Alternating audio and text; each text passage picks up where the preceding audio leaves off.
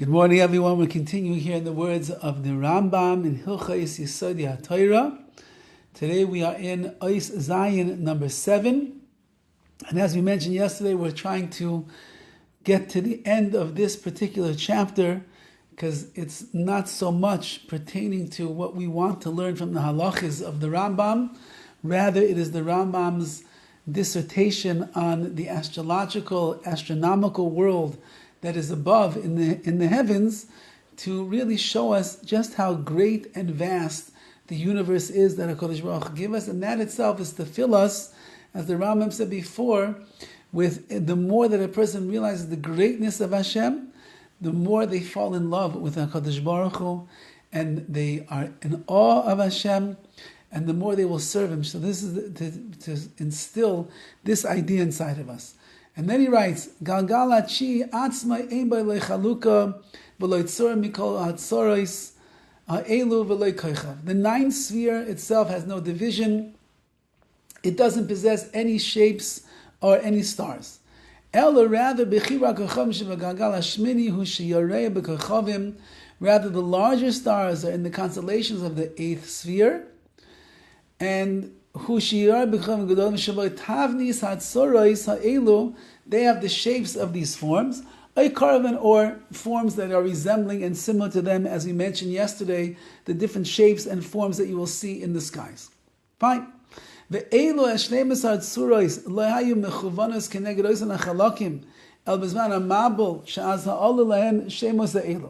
these 12 forms that there are in the heavens, they correspond to these divisions only at the time of the flood, or they corresponded to the divisions at the time of the flood, and they were given those names. However, currently, the stars in the eighth sphere move. However, presently, they moved a little bit slightly, because in the eighth sphere, all of the stars are moving like the sun and the moon do. It's just that these stars move slowly. They're heavy, they move slowly. And it would take these stars, it would take actually approximately 70 years for them to move the same distance as the sun and the moon move in one day. So those are the stars. They're quite large. That's what the Rambam is saying. He was well aware of what's going on in the firmament and celestial beings up there, and therefore he says that's how it works up there. Now in Ches, in number 8, Kol HaKochavim Hanirim Sheyesh Ben Koichavim Ketanim. Among all the stars we see are small ones. Sha'aretz Gedol Me'echamen, and the earth is bigger than all of them. And large ones, which v'yesh men koichavim gedolim, there's large stars, shekol echamen gadol min haaretz kamapam, and there are large stars that are actually much larger than the earth itself.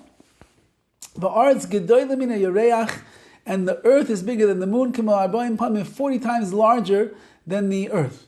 The earth is 40 times larger than the moon. V'hashemesh, and the sun, gedolim min haaretz, is larger than the earth, kama mea v'shivim pa'amim, about 170 times larger than the earth. It's a gigantic, fiery star.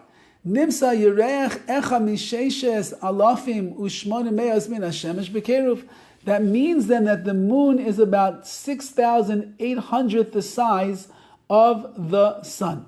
Ve'ein bechol ha'kochavim koichav gadol min hashemesh. There's no star as big as the sun. V'lo kadam mikochav shebegagal hasheni, and there's no star as small as the star, whatever planet Koichav that's going to be in the second sphere.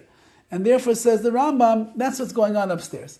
Kol HaKochavim Mintes, Kol HaKochavim, all of the stars, V'Galgalim, Kulam Bali Nefesh, all these stars and spheres, they have this amazing thing that he's saying over here, they all possess some kind of a soul, Videya and knowledge, v'haskil and some kind of intellect. They're all alive and they recognize the one who created the world, the Rebbeinu Shalom. Everything in this world recognizes where it's coming from. Each one according to his level. According to its loftiness. It ends up praising and glorifying HaKadosh Baruch Hu just like angels do.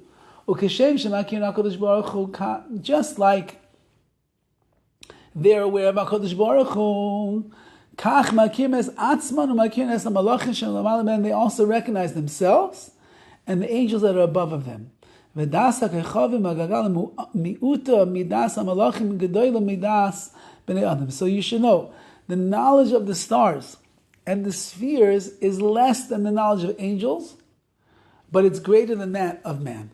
So this knowledge that these stars seem to have is quite fascinating over here, and they're well connected and well in tune with that which is going on in this world. What is the nafkamina? What does that mean for us? Just that we should understand that the whole world is alive with the knowledge of HaKadosh Baruch Hu, and therefore it's not just a fascinating universe, it's a very godly universe that we are a part of. Okay, we'll hold it over here today, and in Mitzvah Hashem tomorrow, I hope that we'll finish this chapter. All the best.